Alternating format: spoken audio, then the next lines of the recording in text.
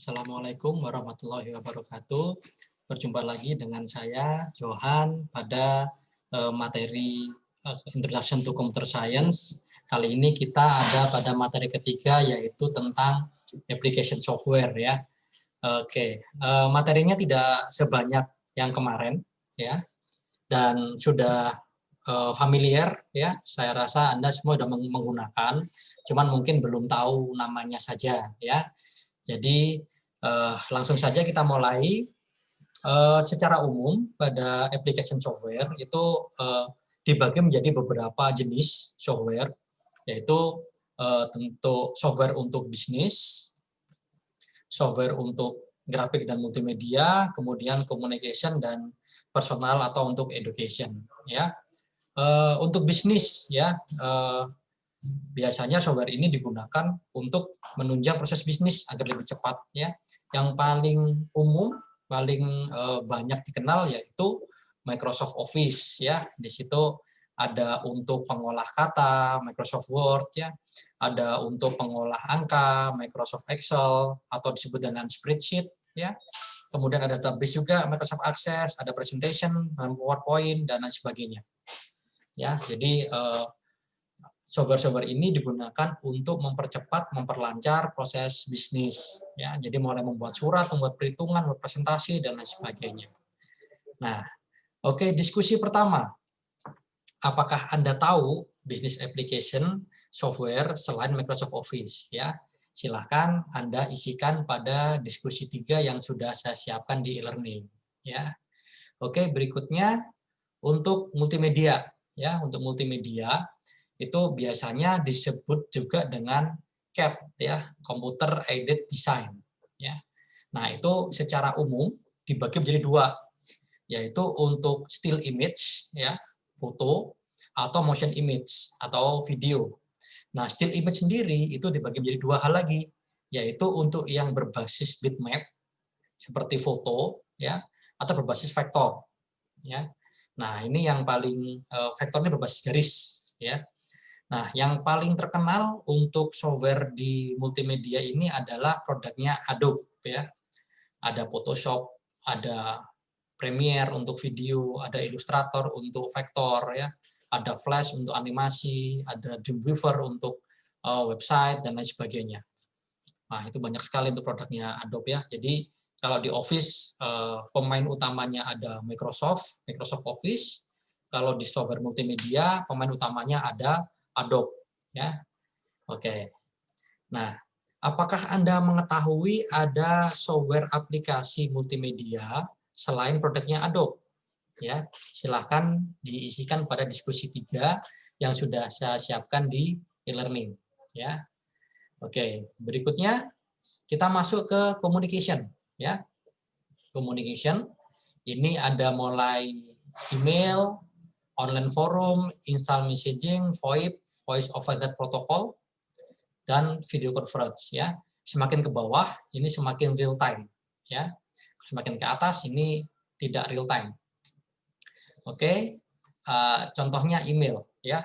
Email saya bahas sedikit lebih dalam karena sepertinya generasi Anda sudah mulai jarang menggunakan email, sehingga tata cara menggunakan email itu cukup berantakan ya. Dan ini akan sangat memalukan nanti kalau Anda sudah lulus tapi nggak bisa kirim email ya.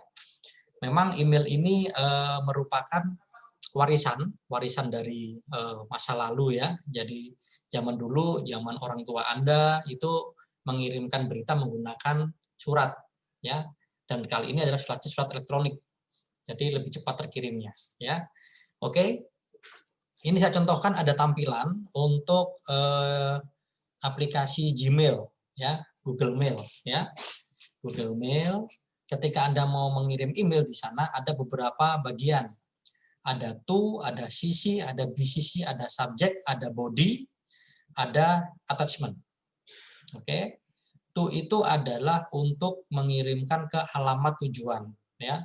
Dan alamat email itu pasti ada @-nya. Perhatikan, pasti ada @-nya. Nah, ini menandakan bahwa Johan itu adalah Johan @ di UIN Malang. Ya, jadi UIN Malang adalah domain resmi, Maka apabila ada email namanya Johan @winmalang, artinya Johan ini menjadi staf atau pegawai di Winmalang, instansi ini. Ya, jadi Anda juga mungkin punya email, nama Anda @google.com. Nah, itu email yang umum, bisa dibuat oleh siapa saja dan gratis. Ya, oke. Kemudian berikutnya ada CC, singkatan dari carbon copy. Jadi kalau pada zaman dahulu itu kalau mau mengirim salinan dari surat, itu ada kertas namanya kertas karbon, warnanya hitam. Itu dijepit di antara dua kertas, kemudian diketik pakai mesin ketik. Ya, mungkin tanya ke orang tua Anda, mungkin masih ada yang mengalami itu zaman karbon.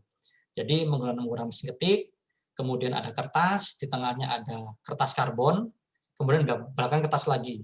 Maka kalau diketik otomatis akan langsung jadi dua surat yang sama persis, identik, ya. Nah, itu juga berlaku di email, ya. Namanya CC, carbon copy.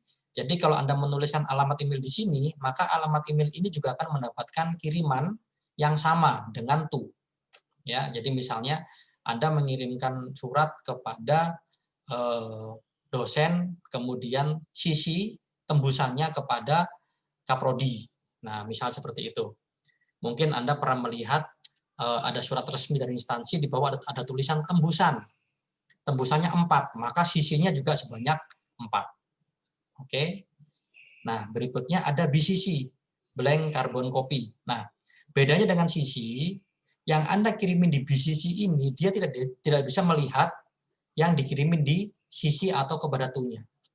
Jadi misalnya Anda mengirim to dosen Anda, Johan misalnya, BCC-nya kepada Hajur atau Kaprodi, ya. Maka Johan tidak bisa melihat bahwa surat ini juga Anda kirimkan kepada Kaprodinya. Dan Kaprodi juga tidak bisa melihat bahwa surat ini juga Anda kirimkan ke Johan. Nah, seperti itu. Itu bedanya CC dan BCC. Sekali lagi, kalau CC itu semuanya bisa melihat email ini terkirim ke siapa saja. Kalau BCC itu tidak bisa melihat. Jadi seolah-olah email ini dikirimkan hanya ke dirinya sendiri, tidak ke orang lain. Nah, seperti itu. Kemudian subjek ini isinya adalah judul email, ya. Judul email tentunya yang judul itu singkat saja. Misalnya permohonan izin tidak mengikuti perkuliahan. Nah, gitu, ya.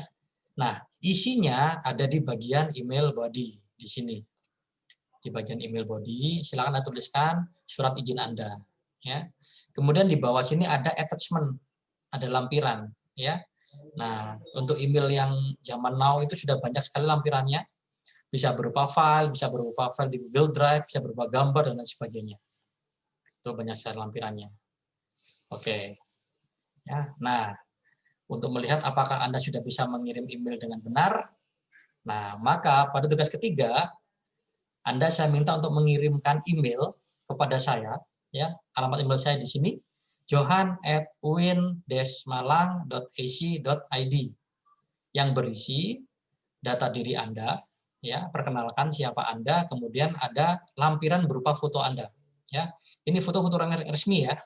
Jangan foto-foto yang alay, ya, foto yang resmi saja. Kemudian perhatikan aturan penggunaan email yang tadi saya jelaskan, dan perhatikan netiquette yang sudah saya jelaskan pada topik sebelumnya, ya. Silahkan dibuka lagi topik sebelumnya kalau Anda lupa. Oke, itu tentang communication software. Berikutnya tentang personal atau education, ya. Untuk entertainment, nah ini pasti Anda jagonya nih, ada game, ada movie player dan sebagainya, ya. Zaman now sudah jarang yang mendownload film, sekarang udah streaming semua. Untuk education, ada e-learning yang kita gunakan ini, ada Google Classroom, mungkin sebelum Anda pernah gunakan, ada Coursera, ada FutureLearn, ada edX, dan sebagainya. Banyak sekali kelas online di luar sana, silahkan Anda perkaya pengetahuan Anda, perkaya kemampuan Anda dengan berbagai skill yang ada di luar sana. Ya, jadi sekarang Anda udah kuliah, sudah bukan lagi zamannya Anda untuk dibimbing oleh guru Anda, ya. Jadi sekarang Anda saatnya untuk mengembangkan diri Anda. Jadilah seperti apa yang Anda mau. Nah, gitu. Kalau apa yang Anda mau di kampus ini nggak Anda dapatkan, silahkan Anda cari di luar kampus, itu tidak masalah. Ya, karena kita akan menerapkan namanya kampus merdeka. Nah, itu silahkan Anda cari itu apa itu kampus merdeka. Oke, nah sekarang berbagai platform aplikasinya. Ada web, ada desktop, ada mobile. Bedanya apa sih? Kalau aplikasi web itu bahasa kerennya adalah software as a service. Artinya Anda tidak perlu membuat, tidak perlu mendownload, tidak perlu menginstall software tersebut, tinggal buka browser, pakai, selesai. Contohnya apa? Ya Gmail tadi contohnya. Kan Anda nggak perlu buat software emailnya. Buka browser, daftar, kemudian gunakan, selesai. Ya. Nah, software tersebut itu adanya di server, bukan di komputer Anda. Di servernya siapa? Kalau Gmail tadi servernya Google. Kalau Anda pakai Microsoft Outlook, emailnya Microsoft, ya di servernya Microsoft, dan lain sebagainya. Ya.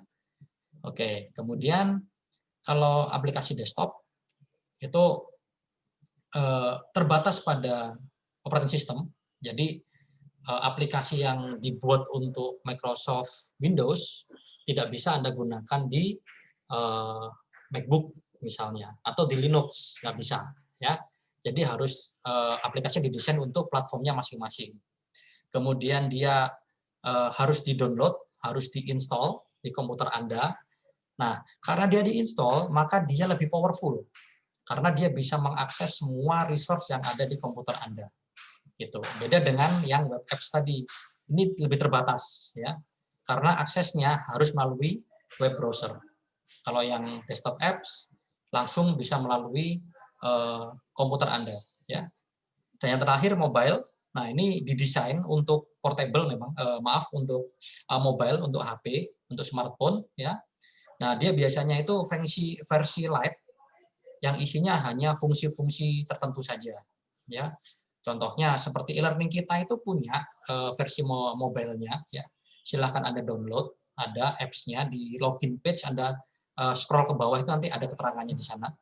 Silahkan download aplikasi mobile-nya, tapi di sana fungsinya terbatas. Jadi di sana aplikasi mobile-nya hanya didesain lebih ke untuk mahasiswa. Jadi untuk dosen yang mau ngisi materi, kalau menggunakan mobile apps-nya e-learning kita itu kesulitan. Nah, contohnya seperti itu, ya. Oke. Nah, apakah Anda tahu, ya, selain tadi yang saya sebutkan, ya, untuk software desktop, web dan mobile, untuk kategori bisnis, ya, tadi saya sudah menyebutkan ada Microsoft Office di sana. Apakah Anda tahu aplikasi selain Microsoft Office yang berjalan di desktop, web dan mobile? Ya, untuk multimedia tadi saya menyebutkan ada Adobe, ya, produknya Adobe. Nah, apakah ada produk software multimedia lain untuk desktop, web dan mobile selain produknya Adobe? Begitu juga untuk education, untuk personal dan untuk communication, ya, ada banyak sekali. Silakan Anda isikan pada diskusi 3 yang sudah saya siapkan di e-learning kita, ya. Oke, terakhir untuk license lisensi. Nah, ini penting, ya. Jadi secara umum basicnya ada 3 lisensi software, yaitu proprietary, open source dan free. Bedanya apa? Kalau proprietary ini lisensinya dipegang oleh pembuatnya. Jadi Anda harus membeli atau Anda berlangganan untuk menggunakan software proprietary ini. Contohnya apa? Ya tadi Microsoft Office, ya. Yang bikin Microsoft, kode sumbernya yang punya Microsoft, Anda nggak boleh mengembangkan lagi dan Anda harus membayar untuk menggunakan software ini. Itu proprietary, ya. Kemudian ada lagi yang open source, ya. Namanya open source, ini kode programnya tersedia di internet. Anda bisa mendownload, Anda boleh memodifikasi, ya, sesuai dengan kebutuhan Anda, tapi Anda tidak boleh menjual. Ya, jadi hanya boleh digunakan saja, dimodifikasi, tapi tidak boleh dijual. Untuk yang free, ini boleh digunakan secara gratis, tidak perlu membayar, tapi kode sumbernya itu tidak tersedia umum. Jadi misalnya saya membuat software nih untuk e-learning misalnya. Nah, itu boleh digunakan secara free, tapi kode sumbernya itu tidak saya berikan untuk umum. Contohnya misalnya seperti itu. Nanti detailnya kita akan bahas pada pertemuan selanjutnya. Baik, demikian untuk materi kali ini. Apabila ada pertanyaan, silahkan Anda tuliskan di grup kita. Ya. Sampai jumpa pada materi berikutnya. Terima kasih. Wassalamualaikum warahmatullahi wabarakatuh.